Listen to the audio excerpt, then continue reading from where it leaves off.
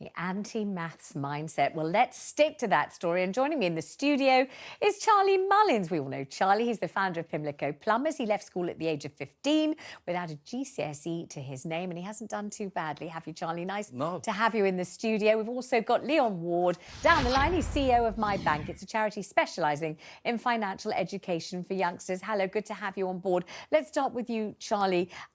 So the Prime Minister, as you can hear, personally very passionate indeed about all pupils studying mathematics until the age of 18, whether they want to or not. How would you have felt if they kept you at school till 18 and forced you to study It would maths? have been a waste of time, and I think a waste of time for many people now. You certainly don't need to be a mathematician to get by in life. As long as you've got the basics, I think that... And also, I think it's a form of bullying, pushing people into something they don't need to do, they want to do.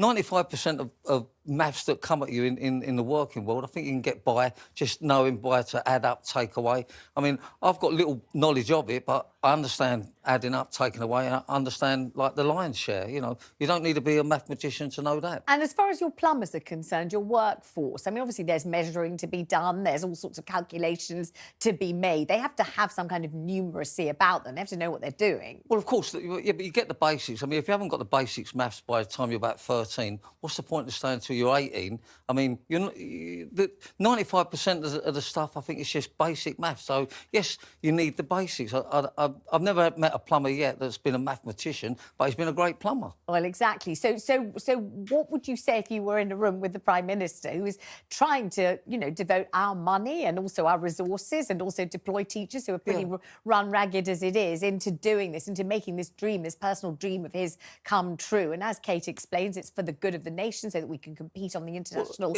stage in the mathematical front. And I don't know, well, I got a D in maths. What can I tell? I only got to read English at Cambridge because I had a C in biology. Otherwise, I wouldn't have got there at all. It depends. You had to have maths or a science. Thank God I understood the biology. I think he's going down the wrong route. He's blaming the lack of math education is affecting the economy. No way in a million years. What's affecting the economy is youngsters not having a job and being forced to stay at school. That's what's affecting it. He needs to get youngsters into apprenticeship and get them into earning money and contributing to society rather than draining on it. So maybe he wants to have a chat with me, really. No, I'm just saying it. He's going down the wrong route. You're looking at me like I've got two heads. No, I'm interested. I'm just listening.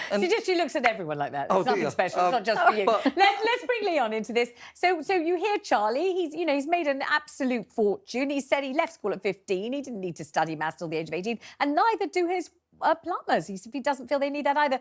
What about you? What do you think about the Prime Minister's policy here?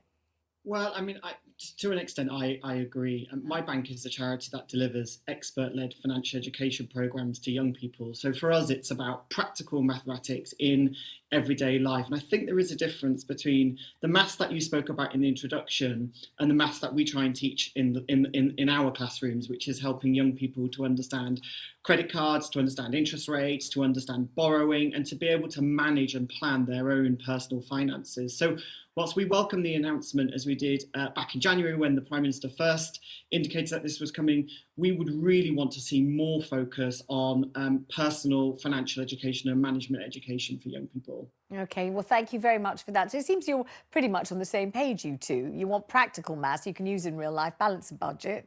Yeah. You know, I mean, that's exactly it. I think it's just trying to sort of pass the blame about where the economy is going wrong. But even if people studied maths now, you're not going to get the full benefit for years. And probably 95% of people that study maths are not going to need them in the future. So it's definitely going the wrong way. I think it's just coming up with something to sort of, you know, keep youngsters at school. I think it's the answer, because it just hasn't sort of spent enough money on apprenticeships and getting people into the workplace. That's what he needs to concentrate on. Government-funded apprenticeship is the answer. Charlie Mullins, thank you very much.